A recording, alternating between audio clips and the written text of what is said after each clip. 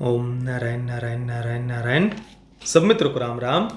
दोस्तों कैसे हैं आप सब। दोस्तों अंग्रेजी नववर्ष 2023 शुरू हो गया है और आज 2 जनवरी है और अभी तक भी मैंने हमारे चैनल पर बेस्ट और वर्स्ट मूवीज की लिस्ट अपलोड नहीं की है, क्योंकि देखिए 2022 की बहुत सारी ऐसी फिल्में, इवन कुछ वेब सीरीज भी ऐसी थी जिन्हें मैंने देखा तो था, चाहे वो भारतीय हो या फिर बाहर की हो, जिन्हें मैंने देखा तो था पर अभी तक भी मैंने उनका रिव्यू नहीं किया है। अब इसके पीछे कई सारे अलग अलग कारण हैं। कुछ समय के लिए मैं ट्रैवल में था, थोड़ा बहुत मेरा आलस भी था, कभी कुछ दूसरा काम निकल आता था। जैसे कि अभी पिछले 8-10 दिनों से तो मैं ये पूरा बैकग्राउंड वगैरह सेटअप करने में ही लगा हुआ था। तो बहुत सारे ऐसे कारण हैं जिनके कारण मैंने अभी भी बहुत सारी फिल्मों और वेब सीरीज़ का रिव्यू नहीं किया। तो आने वाले 1-2 दिनों में उन सबको मैं कंप्लीट करने वाला हूँ। जिनके लिए आवश्यक होगा उनके लिए मैं अलग से वीडियो बनाऊंगा और बाकी जो कुछ बची कुछ फिल्में होंगी उनके 2-2, 3-3 फिल्मों के एक साथ में एक ही वीडियो में हम रिव्यू करने वाले हैं। जैसे कि आज की इस वीडियो में 3 फिल्मों के एक साथ में हम रिव्यू करने वाले हैं। सबसे पहले तो शेरदिल द पिलवित सागा, उसके बाद प्लान ए प्लान बी और उसके बाद मोनिका ओ माय डार्लिंग।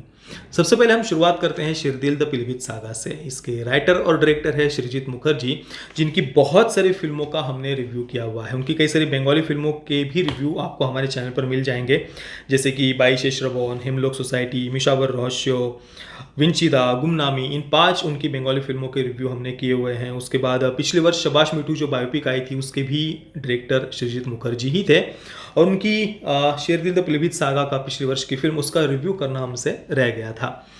शेरदिल कुल मिलाकर 2 घंटे की फिल्म है, जिसमें पंकज त्रिपाठी, सैनी गुप्ता, नीरज काबी आदि आदि मुख्य भूमिका में है। कहानी की बात करें तो ऐसा कहा गया है कि सत्य घटनाओं से इस फिल्म की कहानी प्रेरित है। फिल्म के अंत में, फिल्म पूरी समाप्त होने के बाद में अंत में ये लिखकर आता है कि 2017 में पिलभिट टाइगर रिजर्व के पास रिपोर्ट की गई वास्तविक जीवन की घटनाओं से इस फिल्म की कहानी प्रेरित है। वन अधिकारियों ने, फॉरेस्ट ऑफिसर्स ने और पुलिस अधिकारियों ने जांच करने के बाद में उस समय ये बताया था कि गांव के कुछ ग्रामीण ऐसे हैं जिन्होंने अपने ही घर के बुजुर्गों को जंगल में मरने के लिए छोड़ दिया था ताकि बाघ आए और उनको वो मार डाले, और जो फिर अपने घर के बुजुर्गों के जो अवशेष है उन्हें वे खेतों में लगा देते थे ताकि फिर सरकारी मुआवजे के लिए दावा किया जा सके। ये फॉरेस्ट ऑफिसर्स ने और पुलिस अधिकारियों ने जांच करने के बाद में ये बात सामने रखी थी। आगे फिल्म के अंत में नीचे ये लिखा था कि अपनी ओर से ग्रामीणों ने यह कहकर अपना बचाव किया कि जो घर के बुजुर्ग थे उन्होंने गांव को गरीबी से निकालने के लिए वे खुद ही जंगल में चले गए थे। ग्रामीणों ने अपने घर के बुजुर्गों को नहीं छोड़ा था, उन्होंने अपना बचाव किया था कि भाई बुजुर्ग तो खुद ही चले गए थे। अब इस फिल्म में शेरदिल द पिलवित सागा में ऑब्वियसली ग्रामीणों के पॉइंट ऑफ व्यू को दिखाया है। मतलब वन अधिकारियों ने और पुलिस ने जांच करने के बाद में जो बात सामने रखी थी वो फिल्म में नहीं दिखाया है। फिल्म में ये बताया है कि गांव के जो सरपंच है पंकज त्रिपाठी, उन्होंने ये कैरेक्टर प्ले किया है, वो स्वयं ही गांव को गरीबी से निकालने के लिए जंगल में अपना बलिदान देने के लिए चले जाते हैं। और यहाँ पर केवल एक ही व्यक्ति, सरपंच को ही गांव जंगल में बलिदान देने के लिए जाते हुए दिखाया है, और बाकी वही कॉमन सी बातें जो हर लगभग फिल्म में हम दिखाते हैं कि सिस्टम का अन्याय, अत्याचार, कैसे सिस्टम बिल्कुल ध्यान ही नहीं दे रहा, और करप्शन वगैरह, ये बाकी की बातें साइड में दिखाई है। और इन सब बातों से फिर परेशान होकर पंकज त्रिपाठी का जो पात्र है, सरपंच जो है, वो बलिदान देने के लिए जंगल में निकल जाता है। ओवरऑल मतलब अब कहानी उन्होंने किस पॉइंट ऑफ व्यू से दिखाई है और किसका पॉइंट ऑफ व्यू रखा है, किसका नहीं रखा है, ये सब अलग बातें हैं। पर बस एक अपने एक्सपीरियंस की दृष्टि से अगर मैं फिल्म के बारे में बताऊं तो फिल्म में ऐसा कुछ भी नयापन नहीं था जो हमने इससे पहले नहीं देखा हुआ।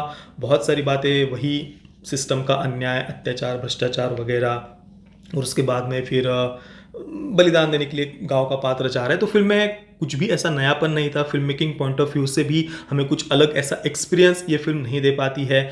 ओवरऑल फिल्म के पात्र, कैरेक्टर्स वगैरह, ऐसा कुछ कहानी में ट्विस्ट और टर्न्स जो हमें बांध कर रखे साथ में, ऐसा कुछ भी नहीं था। एक जो शिकारी का पात्र फिल्म में दिखाया है, नीरज काबी ने कैरेक्टर प्ले किया है। सरपंच जंगल में जाने के बाद में ये शिकारी उन्हें मिलता है, और वो शिकारी का पात्र भी जो कुछ भी बकबक पूरी फिल्म में वो करता है वो बिल्कुल ही वाहियात थी, विचित्र थी। ज़बरदस्ती का रिलीजन पर और खाने पीने पर और बीफ पर वगैरह जो कुछ भी वो ज्ञान देता है वो बिल्कुल ही बिना सर पैर का था। तो ओवरऑल हर प्रकार से फिल्म मुझे तो कम से कम निराशाजनक ही लगी, डिसअपॉइंटिंग ही लगी। मैं शेरदिल द पिलवित सागा को दूंगा 4 आउट ऑफ 10 स्टार्स। केवल परफॉर्मेंसेस अच्छे थे उस कारण से। पेरेंटल गाइडेंस की बात करें तो सेंसर बोर्ड ने फिल्म को यूएस सर्टिफिकेट दिया हुआ है। नेटफ्लिक्स पर UA13+ की रेटिंग इसे दी हुई है। फिल्म में कोई ऐसी सेक्स, न्यूडिटी वगैरह कुछ भी नहीं था। इसके बाद हम बात करेंगे प्लान ए प्लान बी के बारे में।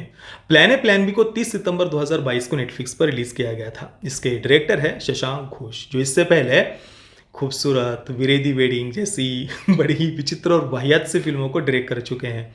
और साथ में अभी कुछ दिन पहले ही डिज्नी प्लस हॉटस्टार पर उनकी फ्रेडी भी रिलीज हुई थी।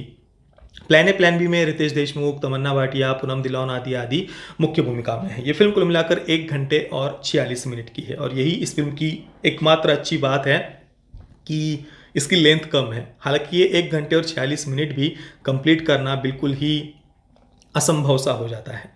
ये उन फिल्मों में से एक फिल्म है प्लान ए प्लान बी, जिन्हें देखकर सदैव मेरे मन में प्रश्न उठता है कि भाई आखिर ऐसी फिल्में बनाई ही क्यों जाती है। ना ऐसी फिल्मों को कोई देखता है, ना ही कहीं पर कोई ऐसा रिकग्निशन वगैरह कोई मिला हो इसे, या कहीं सोशल मीडिया पर इसके बारे में चर्चा हो, ऐसा भी कुछ नहीं होता।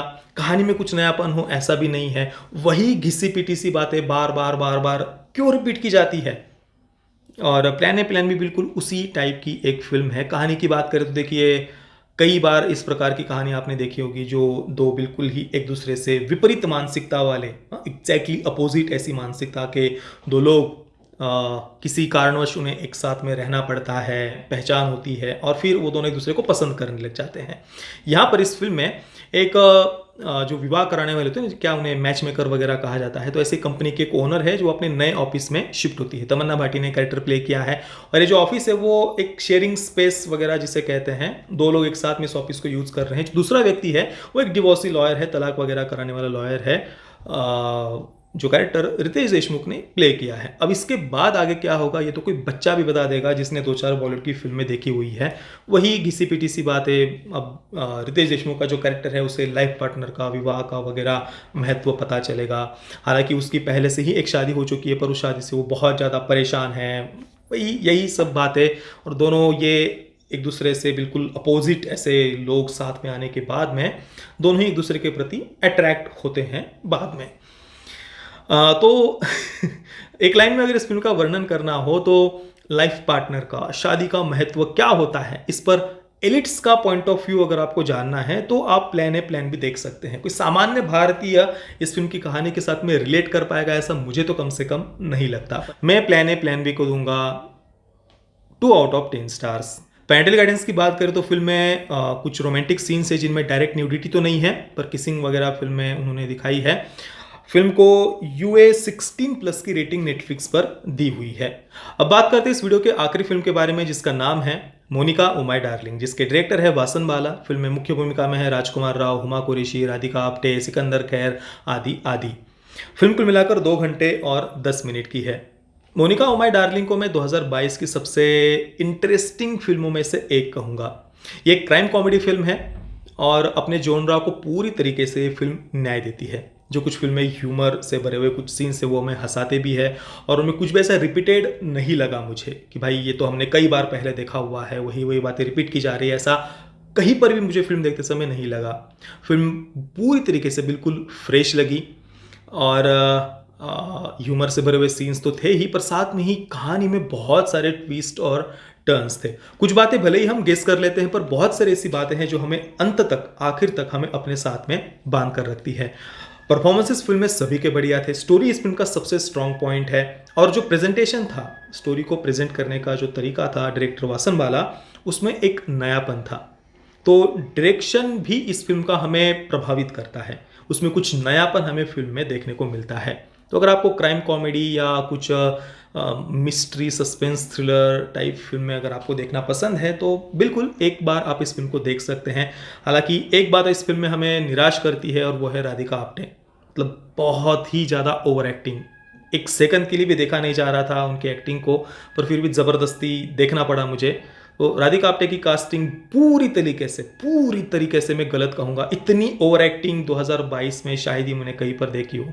वो इनटॉलरेबल था राधिका आप्टे का परफॉर्मेंस। दूसरी एक और बात मुझे थोड़ी सी ठीक नहीं लगी, जो हुमा कुरैशी का कैरेक्टर है उसे जिस प्रकार से फिल्म के अंत में उन्होंने थोड़ा बहुत जस्टिफाई करने का जो प्रयास किया है, वो मुझे कम से कम मुझे पर्सनली उतना सही नहीं लगा।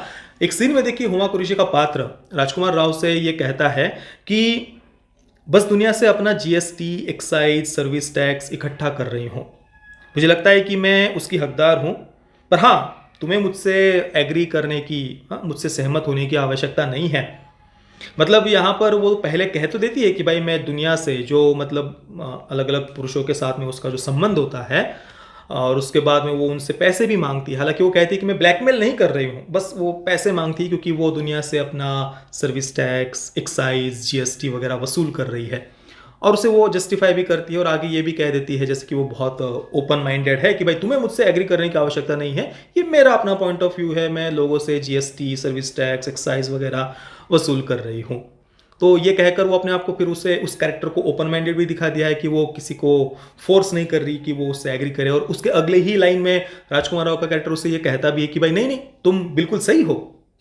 तो ये जिस प्रकार से उसे जस्टिफाई किया है ना हुमा कुरैशी के कैरेक्टर को, वो पर्सनली मतलब नहीं सही लगा मुझे, जो भी है। बाकी हाँ, फिल्म इंटरेस्टिंग थी, इसमें कोई संदेह नहीं। 1989 की 1989 की जापानीज नॉवेल पर ये फिल्म आधारित है। मैं मोनिका ओ माय डार्लिंग को दूंगा 8 out of 10 stars. Parental guidance की बात करें तो नेटफ्लिक्स पर इसे यूए 16+ की रेटिंग दी हुई है।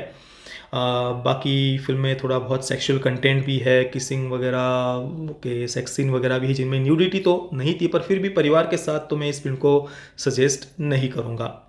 तो दोस्तों ये थे शेरदिल, द पिलवित सागा, उसके बाद प्लान ए प्लान बी और मोनिका ओ माय डार्लिंग पर मेरे विचार। बाकी आपने अगर ये तीनों फिल्में देखी तो आपका अनुभव कैसा रहा, एक्सपीरियंस कैसा रहा, मुझे नीचे कमेंट में अवश्य बताना। और पीछे बैकग्राउंड आपको कैसा लग रहा है उस पर भी आपके विचार अवश्य बताना। ये वीडियो देखने के लिए आप सभी मित्रों का बहुत बहुत धन्यवाद। जय श्री राम, वंदे मातरम।